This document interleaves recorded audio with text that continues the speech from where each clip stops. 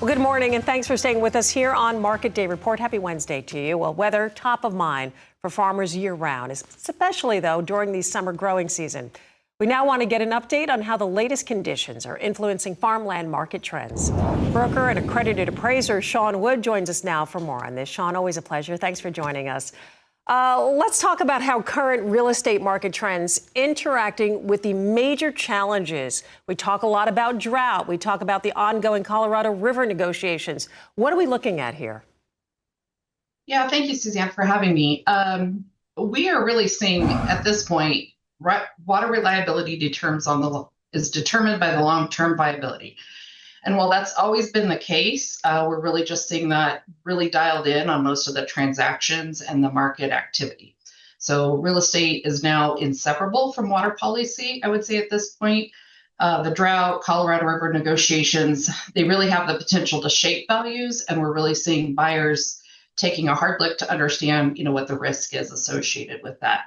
All at the same time, though, we know agriculture in this region has a long history of conservation efficiency, and so that stabilization, even in the dry years, I think is recognized in the market. So still yet to be determined what specific value that's going to place when those Colorado River negotiations come through, but it is everybody's attention in the real estate market. Yeah, well, I think also not only, of course, water usage and drought land, but also New World screwworm getting everybody's attention right now.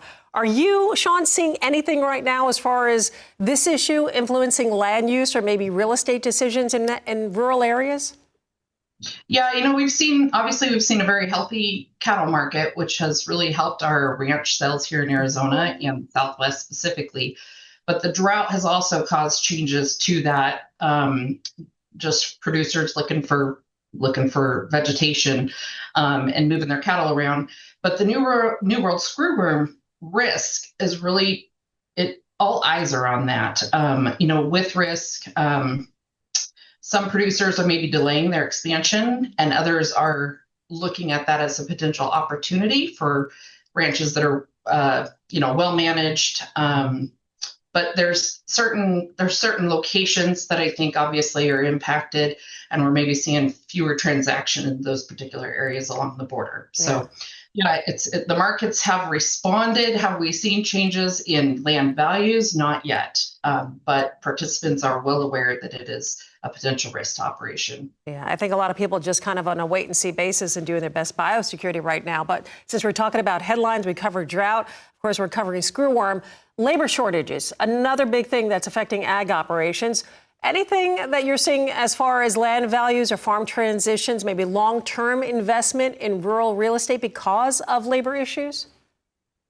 I think the biggest thing with labor issues is that it is the biggest challenge in agriculture right now. And that challenge has farms can't find enough workers. It's limited productivity and expansion. So it really causes people to kind of pause on how to expand if they're smaller, looking to get a little bit larger, maybe trying to take advantage of the H-2A program, but also that's not a perfect program.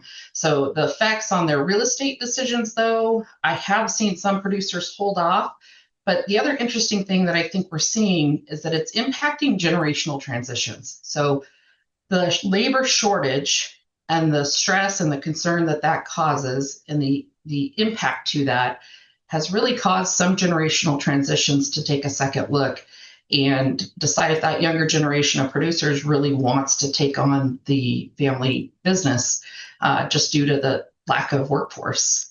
So those are some interesting things that we've been seeing take place and really unfortunate. So we're hoping to see, some progress in DC to get some labor options and openings there for our operators down here. And I think if those loosen up, then that will just help the overall health of our ag producers. And then in fact that turns to land purchases and long-term investment. People get a lot more confident about making their purchases and growing their businesses that way. Absolutely. Good points. Shawn, always a pleasure. Thank you for joining us. Great analysis as always. Shawn Wood with the American Society of Farm Managers and Rural Appraisers.